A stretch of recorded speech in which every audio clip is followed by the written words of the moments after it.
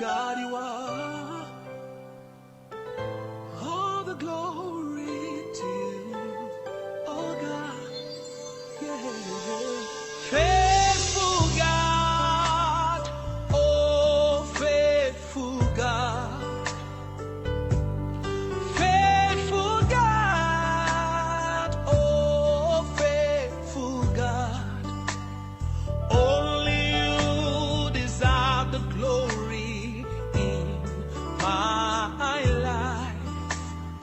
Only you deserve the glory, oh faithful God. Faithful God, oh faithful God. Faithful God, oh faithful God. Only you deserve the glory in my life. Only you deserve the glory, oh faithful God. Rock of ages, oh faithful God. You stood by me when no one could stand. Only you deserve the glory in my life. Only you deserve the glory, oh faithful God. Mighty man in battle, oh faithful God. Lion of Judah, oh faithful God. Only you deserve the glory in my life. Only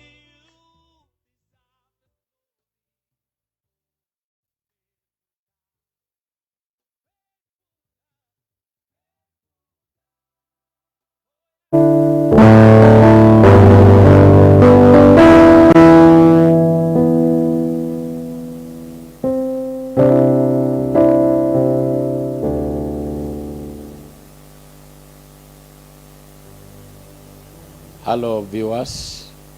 I believe that the Lord has been good to you. I want to welcome you to our live broadcast this morning. I am Pastor Godfrey Webure, speaking from JCC, Jesus Celebration Center, Kakamega. I believe, God, that we will be blessed together as you hear the word of God this morning. Before we go far, I would like us to read Psalm chapter 3, the entire Psalm chapter 3, and then we will begin to minister as the Lord helps us. Psalm chapter number 3, we will read through the entire Psalm. I believe it will be an encouragement to somebody in the name of Jesus. Psalm chapter 3, verse 1. The Bible says, Lord, how are they increased that trouble me? Many are they that rise up against me. Many there be which say of my soul, there is no help for him in God. Verse 4. But thou, O Lord, art a shield for me, my glory, and the lifter of mine head. Verse 5. Is it verse 5 or verse 4? Verse 4. I cried unto the Lord with my voice, and he heard me out of his holy hill. Verse 5. I laid down and slept. I waked, for the Lord sustained me. Verse 6. I will not be afraid of tens of 10,000s of people that have set themselves against me round about.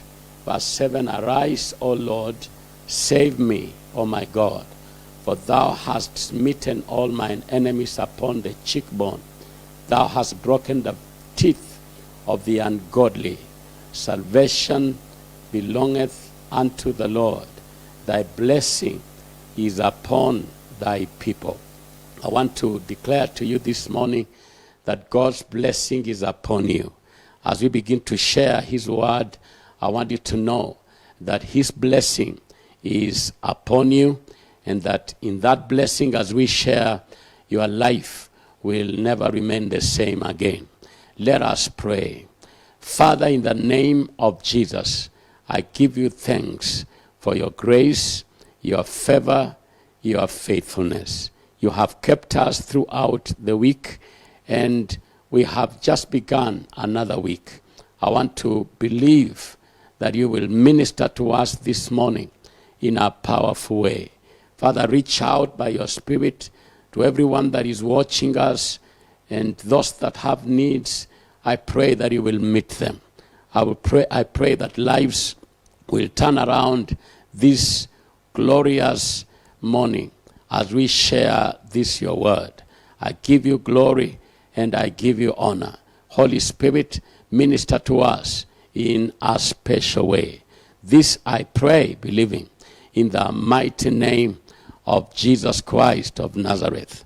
And somebody shout amen. We are still on the journey of faith.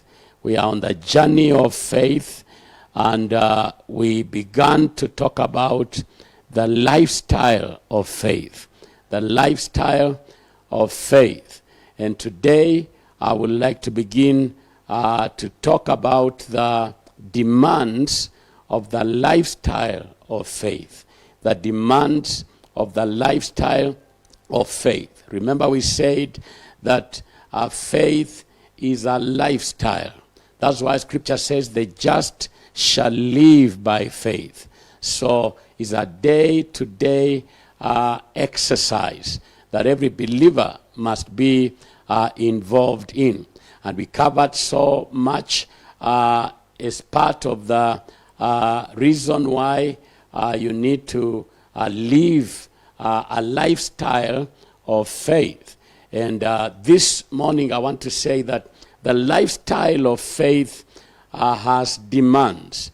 If you have to live that life, if you have to live by faith on a daily basis, there are certain scriptural demands that you have to be involved in.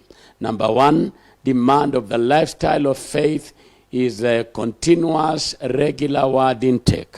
Number two is a sustained word-rooted mentality.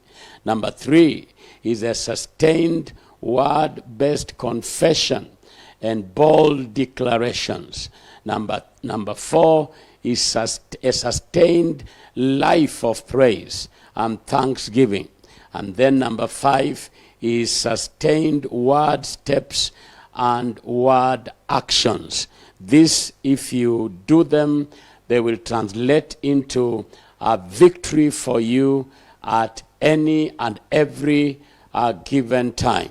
I want to begin to deal with number one, a continuous, regular word intake. If you have to live a lifestyle of faith, then it is required that you peg your life on a continuous, regular word intake. And we are reading from Matthew chapter 4 and verse 4. Matthew chapter 4 and verse 4 is where we start off from this glorious morning. The Bible says, "But he answered and said, It is written, man shall not live by bread alone, but by every word that proceedeth out of the mouth of God. It is written, man shall not live by bread alone, but by every word that proceedeth from the mouth of God." Now, Jesus is quoting this scripture from the book of Deuteronomy chapter number 8. And I would like us to get there as we get ready. Deuteronomy chapter number 8 is where he is quoting from. He says in verse 1 of Deuteronomy chapter 8, all the commandments which I command thee this day shall ye observe to do, that ye may live, and multiply, and go in, and possess the land which the Lord sware unto your fathers. Verse 2, and thou shalt remember all the way which the Lord thy God led thee these 40 years in the wilderness, to humble thee, and to prove thee, to know what was in thine heart, whether thou wouldest keep his commandments or not. Verse 3, and he humbled thee and suffered thee to hunger, and fed thee with manna, which thou knewest not, neither did thy fathers know, that he might make thee know that man doth not live by bread only, but by every word that proceedeth out of the mouth of God. So what is Jesus saying here? That in the wilderness, you cannot depend on bread alone. When you are in the wilderness, when you are in a life, when you are in an environment where there is uncertainty, you cannot depend on what you see with your physical eyes. Now, this life that you and me are in is a wilderness of sort.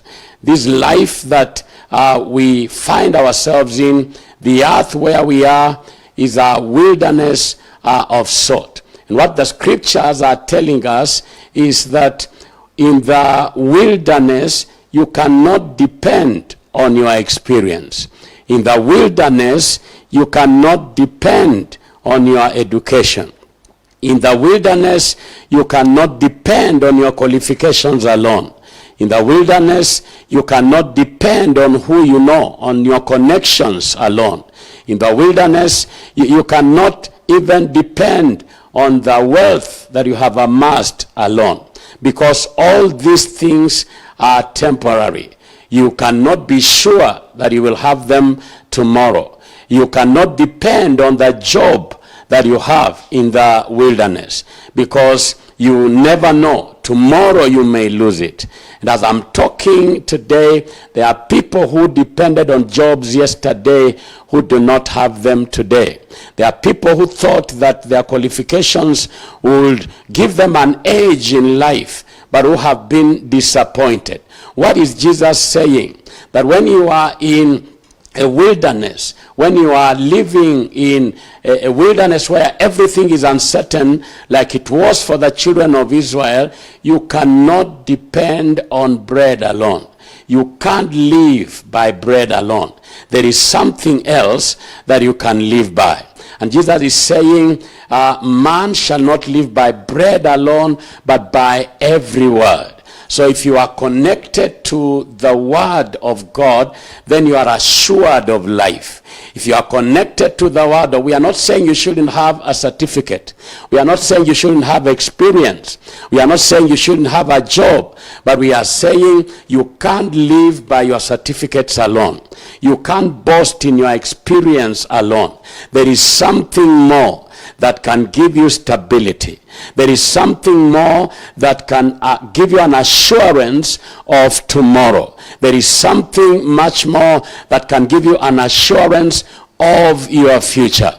And he's saying it is the word of God. It's very powerful. And it is not just the word of God, it has been the word that proceeds out of the mouth of God on a daily basis. So Jesus is telling us that what sustained them in the wilderness was their dependence on the word of God.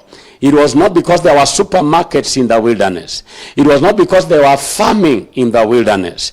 It was not because their certificates were helping them in the wilderness. What helped them in the wilderness for 40 years was their dependence on the proceeding word.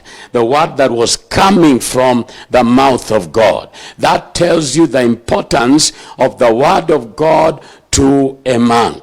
And that is why the scripture says the just shall live by faith. Now it's amazing that in Habakkuk chapter 2 and verse 4 he tells us the just shall live by faith. Same repeated in the book of Romans and the book of Galatians. The just shall live by faith. And here Jesus is saying that man shall not live by bread alone, but by every word. So if the just shall live by faith and man shall live by every word, then it follows that living by faith is living by every word that proceeds from the mouth of God. Living by faith is living by every word that proceeds from the mouth of God. You cannot sustain a faith lifestyle without a commitment to word intake. Is not possible. You can't sustain a faith lifestyle without a commitment to word intake. And this is because of the reasons that I will give to us. This is because, number one, God's word is what grows faith. Very important. The word of God is what grows the faith of man.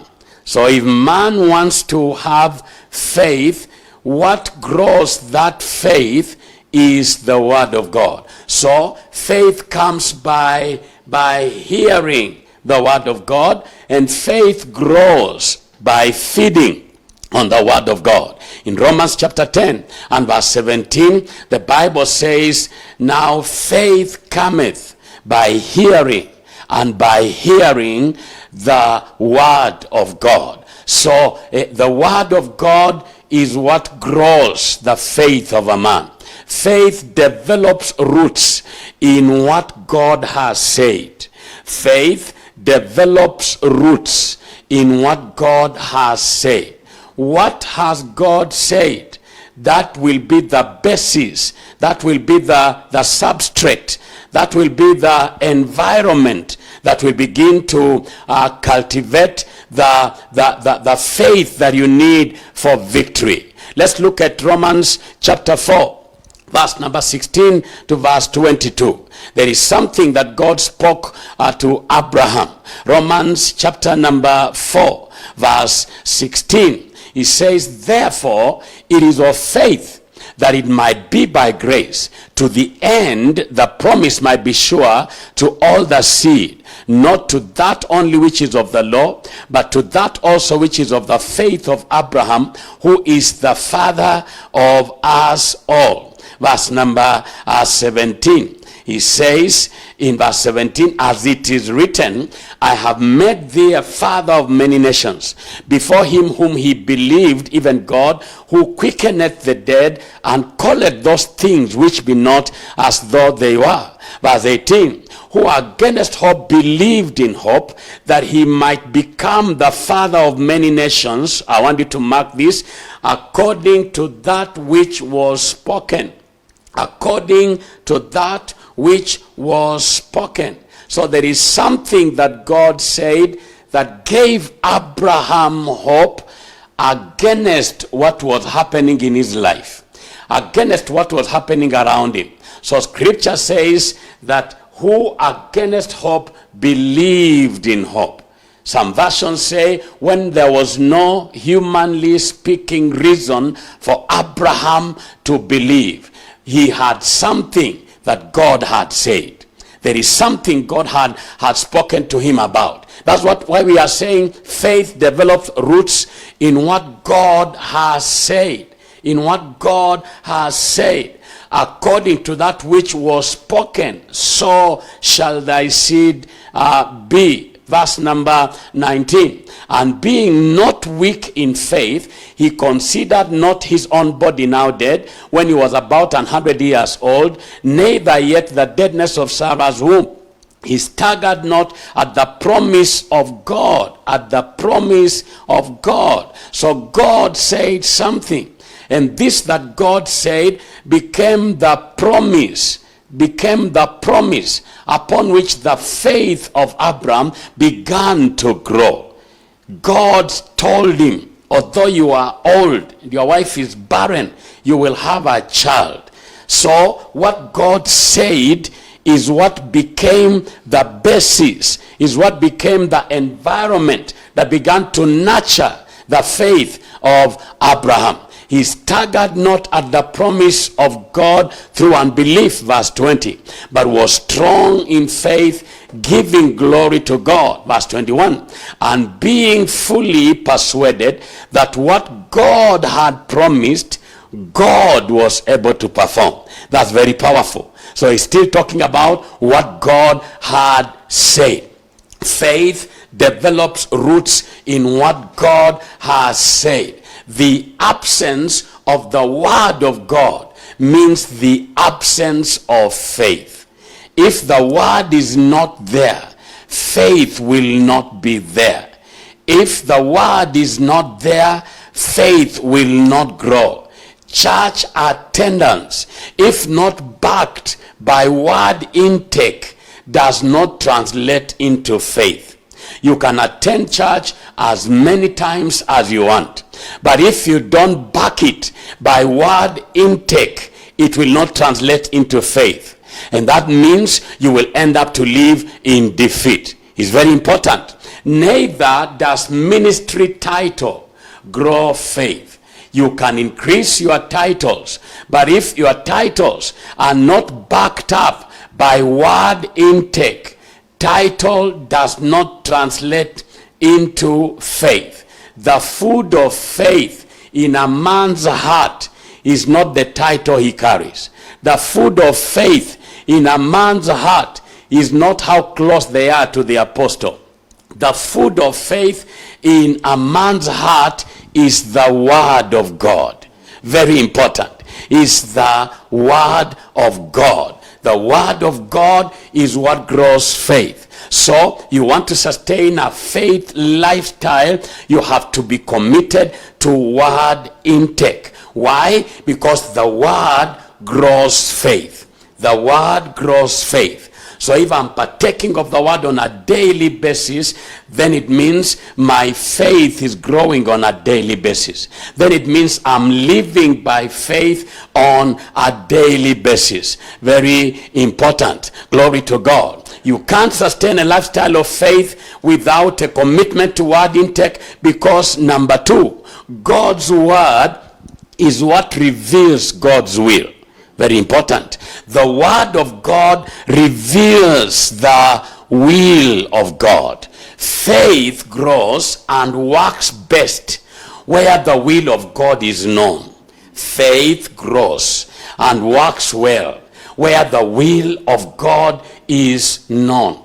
When you don't know the will of God, you can't have confidence, like we will see. It's very important. In Hosea chapter 4 and verse 6, the Bible says, my people perish for lack of knowledge. My people perish for lack of knowledge. They do not know the will of God. They do not know the will of God. That is why they are perishing. My people perish for lack of knowledge. He's talking about the knowledge of the word of God. So where the will of God is not known, faith will not grow. Faith will not grow. Let's look at 1 John chapter 5 and verse number 14.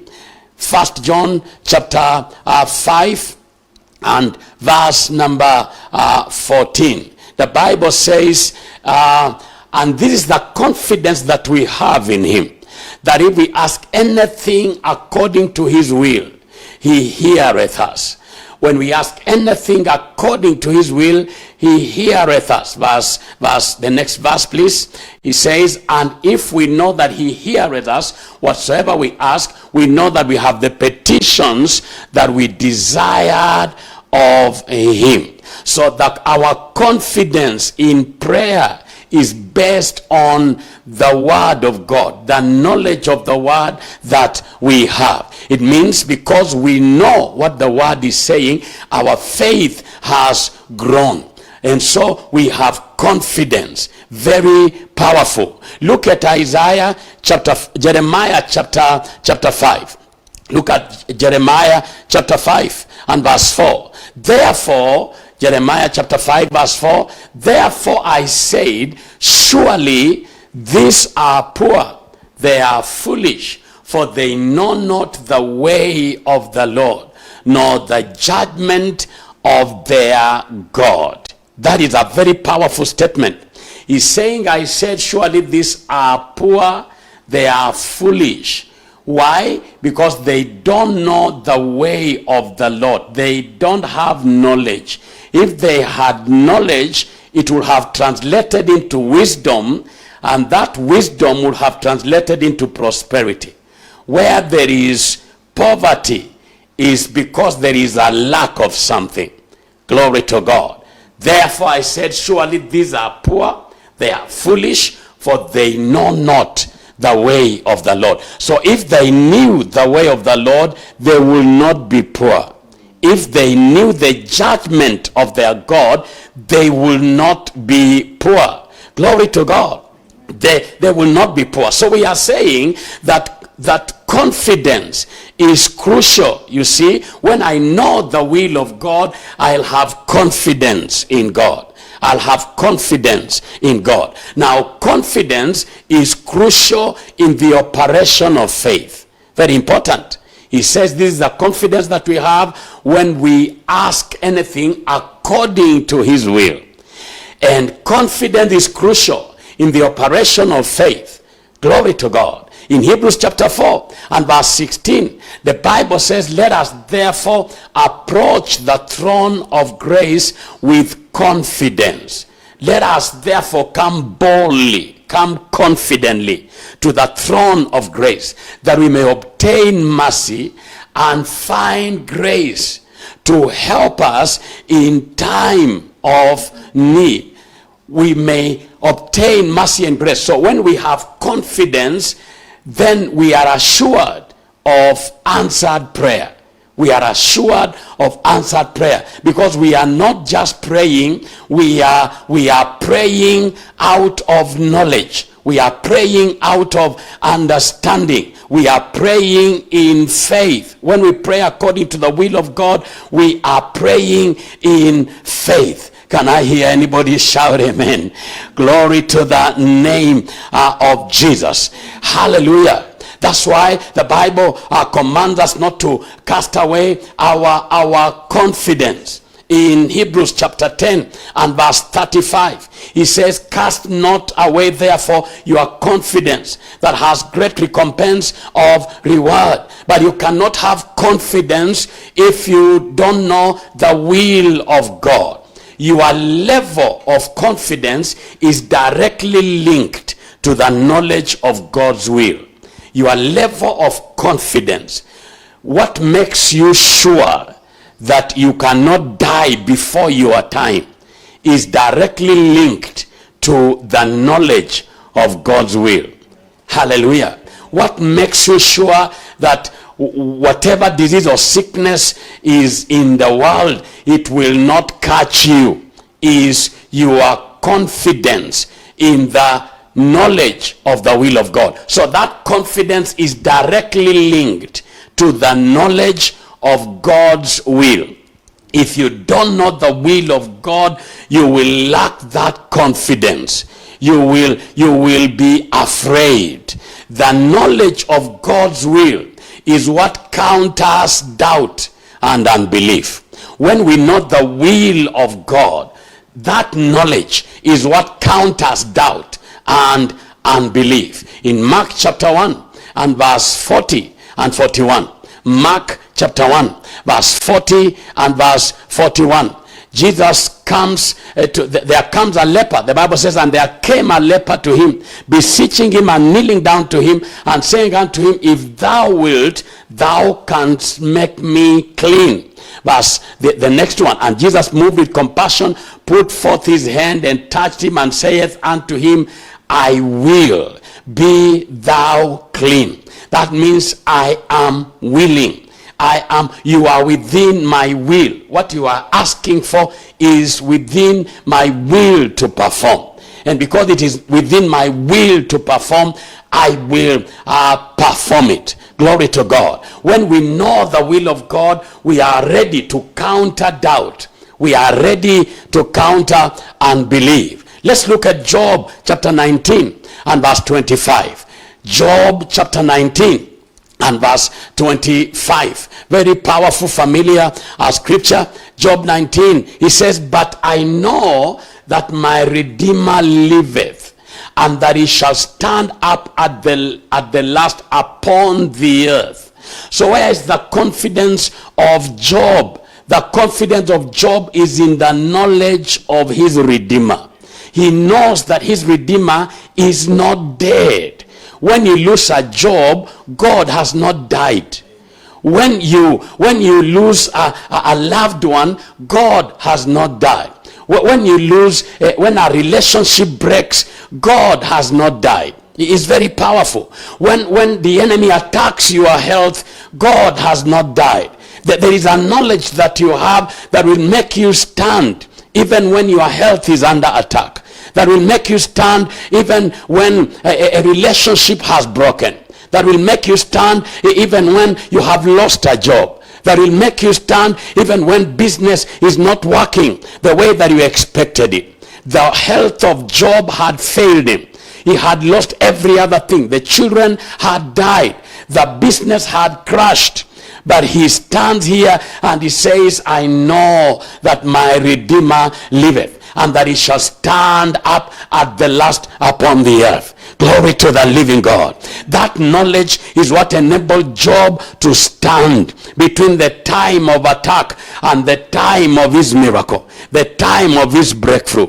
That confidence, that knowledge is what enabled Job to be able to stand against the accusations that his friends brought against him, the accusations that his mind brought against him, the accusations that devils brought against him. I know that my Redeemer liveth. I know that there is a breakthrough for you. I know that there is an answer for you. I know that you will come out of that challenge. You will come out of that problem. I know that we will emerge out of this lockdown stronger than we entered, more powerful than we entered. We will perform better than we had been performing before. Glory to God. Hallelujah. I said hallelujah. You see, from the study of the word of God, I know that it is the will of God for me to prosper. And that has given me confidence, because I know that it is God's will that I prosper. Deuteronomy 8 and verse 18. He says, for you will remember the Lord your God, because it is he that giveth thee power to get wealth. So wealth is so important in God's agenda that he's willing to empower me to get it. So I know that it is his will. I know that from 2 Corinthians chapter 8 and verse 9, that the grace of God, among other things, involves becoming rich. He says, for you know the grace of our Lord Jesus, that though he was rich, yet for your sakes he became poor, that you through his poverty might become rich. So from the knowledge I have of the word of God, I know he wants me rich. The third epistle of John verse 2, he says, beloved, I pray that thou mayest prosper and be in health, even as thy soul prospereth. Very important. So from the study of God's word, I know that it is his will for me to prosper. I also know that it is his will for me to be healthy. It is the will of God for me to be healthy. And we just quoted the third epistle of John, verse 2. He says, I pray above all things that you may prosper and be in health. So God wants you in health. God wants me in health. In Exodus 15 and verse number 26, Moses, God addressing Israel through Moses, he says that the diseases that I brought on the Egyptians will not come upon you, because I am the Lord that healeth thee. I am the Lord your doctor. So God is not just God who provides bread for me. God is my personal doctor. From this scripture, God is my personal doctor. Glory to God. It is his will for me to be healed, for me to be healthy. Hallelujah. From Exodus chapter 23 and verse 25, he says, but you will serve the Lord your God, and his blessing shall be upon your bread and your water, and I will take sickness away from the midst of thee. So he is a God who takes sickness away from his people. Glory to God. In Matthew chapter 8 and verse 16, the Bible says, when the evening had come, they brought to Jesus all them that were sick, and he healed them all. He healed them with his word. He cast out the spirits with his word and healed all that were sick, that it may be fulfilled what was written in the prophet, by Isaiah the prophet, that himself took our infirmities and carried our diseases. From the study of the word of God, I know that it is the will of God for me to be healthy. And so when I'm contending for health, I'm not doubting. When I'm contending for health, I am not walking in unbelief. No, because I know it is the will of God. From the study of God's word, I know that it is his will for me to be victorious. God wants you to be victorious. That is his will for my life. 1 Corinthians chapter 15 and verse 57. But now thanks be to God. Hallelujah. But thanks be to God which giveth us the victory through our Lord Jesus Christ. I prophesy victory to you through our Lord Jesus Christ. God gives us the victory. It's true, circumstances and situations attack us. Men and devils attack us. But God gives us the victory. Glory to God. God gives us the victory. Now, he cannot give you the victory if he does not want you victorious. The reason he gives victory is because he wants me and you to be victorious. Hallelujah. 1 Corinthians, I believe, chapter 2 and verse 14. Is it 2 Corinthians or 1? We will check. 1 Corinthians 2 and verse 14. Glory to God. 1 Corinthians 2 and verse 14. If we miss it, we will get the right scripture. Hallelujah. 2 Corinthians chapter 2 and verse number 14, please. 2 Corinthians chapter 2 and verse 14. Something very powerful. He says, but thanks be unto God that always leads us in triumph in Christ. Hallelujah. He always, now thanks be unto God, my Bible says, which always causeth us to triumph in Christ. He always causes us to triumph. He leads us in triumphal procession. He always causes us to triumph. Regardless of the challenge you are going through, you need to remember that he always causes us to triumph. From the study of God's word, I know that it is God's will for me to have peace. Isn't it amazing? I know it is the will of God for me to have peace, and for you too to have peace. So I prophesy that if you have been having sleepless nights, the last one you had is the last one you will ever have. From now on, receive the peace of God. Philippians 4 and verse 6 and 7. Be anxious for nothing. Be anxious for nothing. That means including this one that you are facing. It is part of the thing you shouldn't be anxious of. Be in nothing, be anxious. Be anxious for nothing, but in everything by prayer and supplication with thanksgiving, let your requests be made known unto God, and the peace of God, glory to God, that surpasses human understanding, shall guard your heart and your mind in Christ Jesus. God wants you to have peace. I don't know the threats you are facing. I don't know the challenges you are facing. But I want you to be still and know that he is God. Isaiah 26 and verse 3, he says, for you will keep in perfect peace him whose mind is stayed on you. Glory to God. Because he trusteth in thee.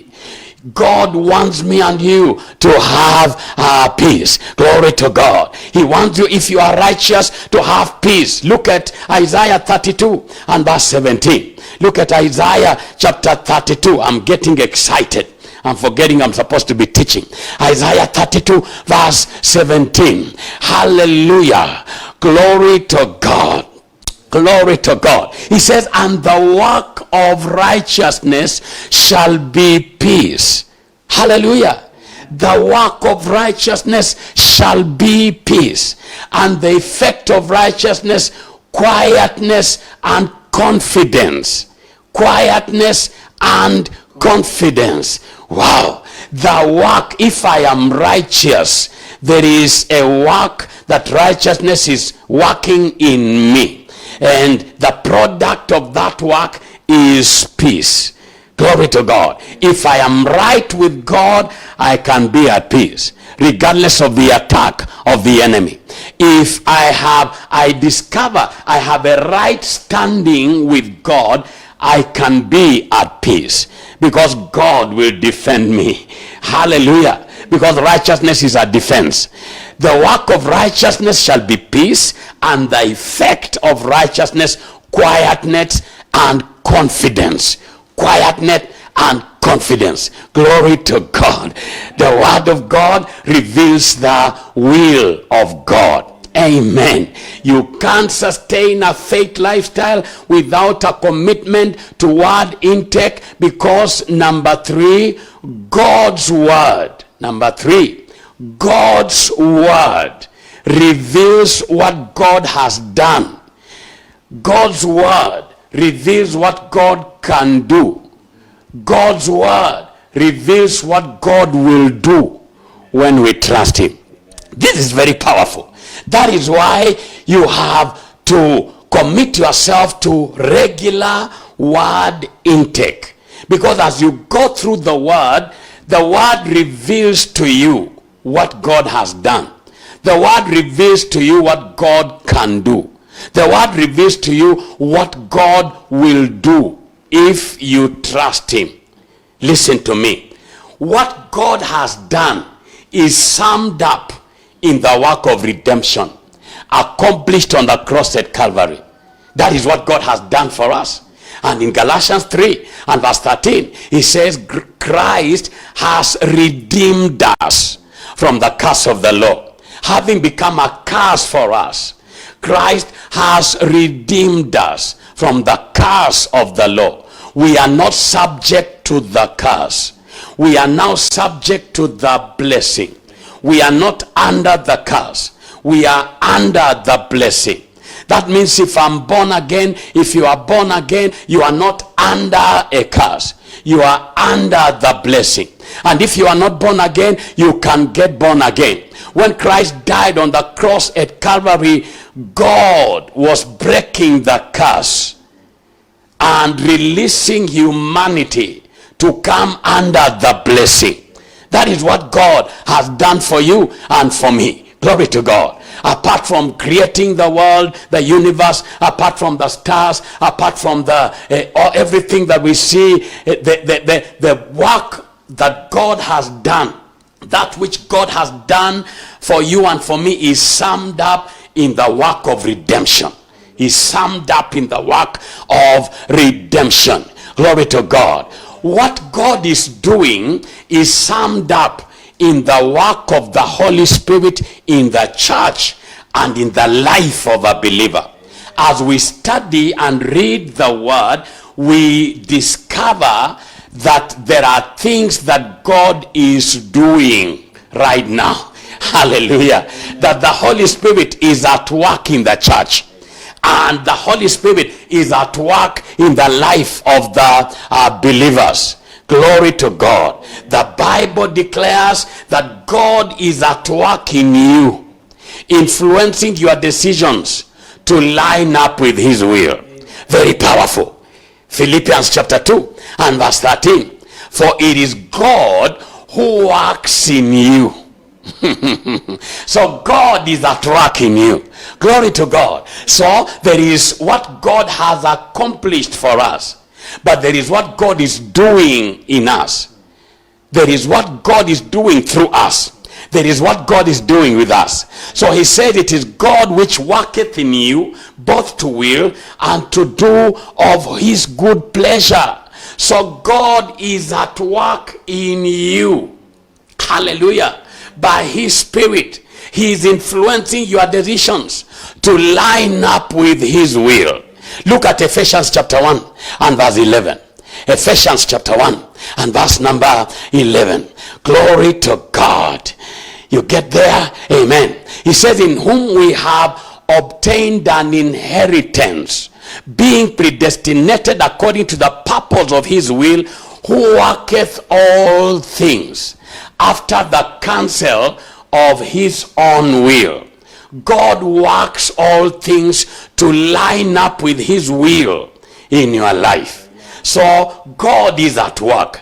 So there may be bad things happening in your life. There may be terrible things happening around you. I want you to know that God worketh all things after the counsel of his will. God is bringing all those things together. When you allow him, when you walk with him, when you trust him, he will work those things in a way that they will have to line up with the counsel of his will. And that's why Paul will write and say, we know that all things work together for good to them that love God, that are called according to his purpose. Why? Because God works all things after the counsel of his will. That is why you will not end up badly. You will end up well. You will end up in the will of God. Your business will end up in the will of God. Your career will end up in the will of God. Can I hear you say amen? Verse 19 of the same chapter. Verse 19 of Ephesians chapter 1 verse number 19. He says, and what is the exceeding greatness of his power to us who believe, according to the working of his mighty power. So God is at work. Amen. When we study the scriptures, we are able to know what God has done, what God is doing. What God is doing. Ephesians chapter 3 and verse 7. What God is doing. Ephesians 3 and verse number 7. Hallelujah. Wherefore I was made a minister according to the gift of the grace of God given unto me by the effectual working of his power. I didn't just become a minister. God worked in me effectually for me to become a minister. God is at work. There are people God is at work in their lives to make them ministers according to the gift of his grace. Hallelujah. Glory to God. When we study the word of God, it reveals what God has done, what God is doing, and number 3, what God can do. Now, what God can do refers to what you are willing to place a demand on. Amen. That which you are knowing what God has done for you by Christ, knowing that God is at work, then there is a demand you have to put on God, on the word of God, on the promise of God. And we place this demand by covenant related actions. Wow. Glory to God. When we get involved in covenant actions, we place a demand on that which God has done. And that which God has done becomes a reality in our lives. Look at 2 Corinthians chapter 9 and verse 6 to verse 8. 2 Corinthians chapter 9 verse number 6 to verse number 8. I hope you are able to catch this. He says, but this I say, he which soweth sparingly shall reap also sparingly, and he which soweth bountifully shall reap also bountifully. Hallelujah. So in the economy of God, there is a reaping. In the economy of God, there is a harvest that God has made available. But if I have to get into this harvest, there is what I am supposed to do. There is a demand. I have to place a demand on that bounty. Hallelujah. I have to place a demand on that harvest, the reaping. And how do I place a demand on it? He says, I have to sow. Hallelujah. Verse 7. Let's continue. Every man according as he purposeth in his heart, so let him give, not grudgingly or of necessity, for God loveth a cheerful giver. The next verse, and God is able to make all grace. So if when I practice verse 6 and verse 7, I am placing a demand on the grace of God. God has made available his grace. But for me to walk in that grace, I need to place a demand. So what God can do refers to what me and you are willing to place a demand on. By covenant practice. Number 2, by the right alignment of the mind. This is very powerful. The right alignment of the mind. We place a demand on what God has done and what God is doing to become a reality in our lives by an alignment of our mind. Aligning our thinking with what God has done for us so it can become a reality in our lives. Look at Ephesians chapter 3 and verse 20. Now to him that is able to do exceedingly abundantly above that which we ask or think. So based on what I am thinking, if I choose to think in line with what God has done for me, made available for me, I am placing a demand on what God has done to become a reality in my life.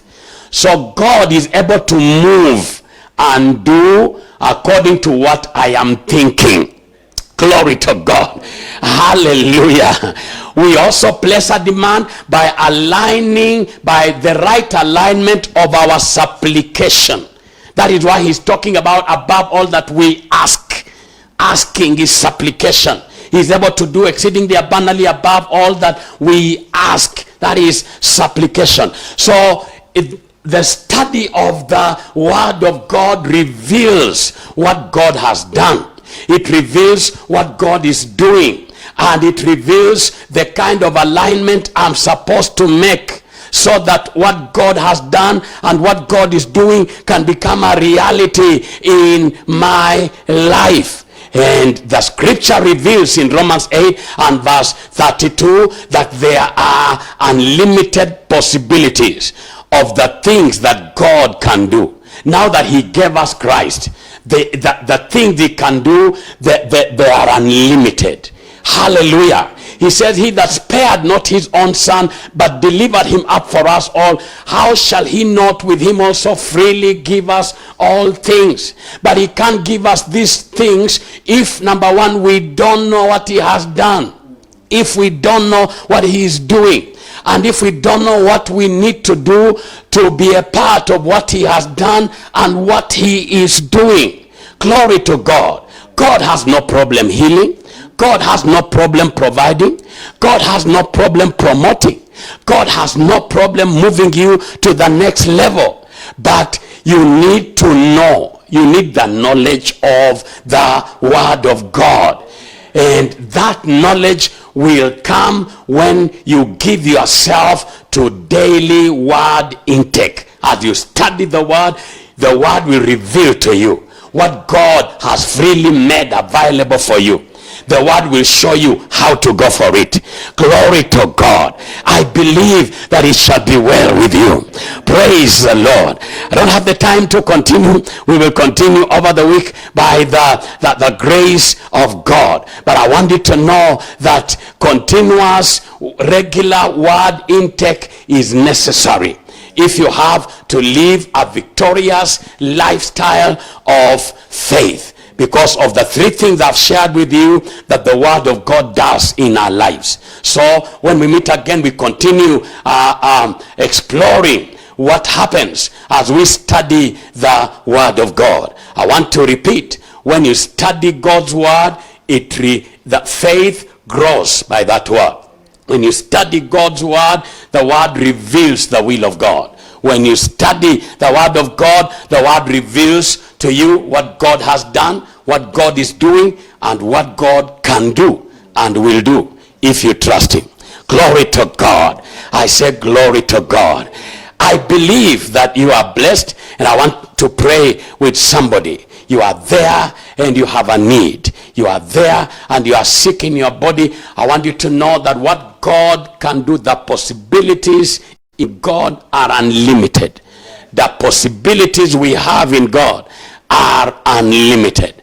And as we make a prayer, I know that God will reach out to you and help you and minister to you and heal you if you are sick in your body. For those of you sick in your body, place your left hand where you are hurting and lift up your right hand to the King of Glory. And those of you in need of any other thing, place your left hand on your chest. Let's believe God together as you lift your right hand to the King of Glory. Father, in the name of Jesus, I have shared your word, and I pray in accordance to that word that there be healing. I release healing in that body in the name of Jesus. I command that sickness to go. I command that disease to go. I command the power of affliction to be broken over this family in the mighty name of Jesus Christ. And right now, Lord, I pray in the name that is above every name that there be healing. Supernaturally heal right now. Lord, heal supernaturally. And you that has been sick in your body until this time that we are praying, I command you to receive health. I command you to receive life. I command that you be healed right now in the mighty name of Jesus Christ. Be healed. If you are in hospital, be discharged today in the name of Jesus. Let every form of sickness and disease go in the mighty name of Jesus. Let every symptom disappear in the name of Jesus Christ. I pray for everyone that has any other need in the name that is above every name. I command your needs to be met in the mighty name of Jesus. May your doors open this week in the name of Jesus. May your breakthrough visit you now in the mighty name of Jesus Christ. May the finances you have been waiting for be released now in the mighty name of Jesus Christ. I give you thanks, oh God, because I know that it is done. Receive your miracle right now. In Jesus' wonderful name, I pray believing. Amen.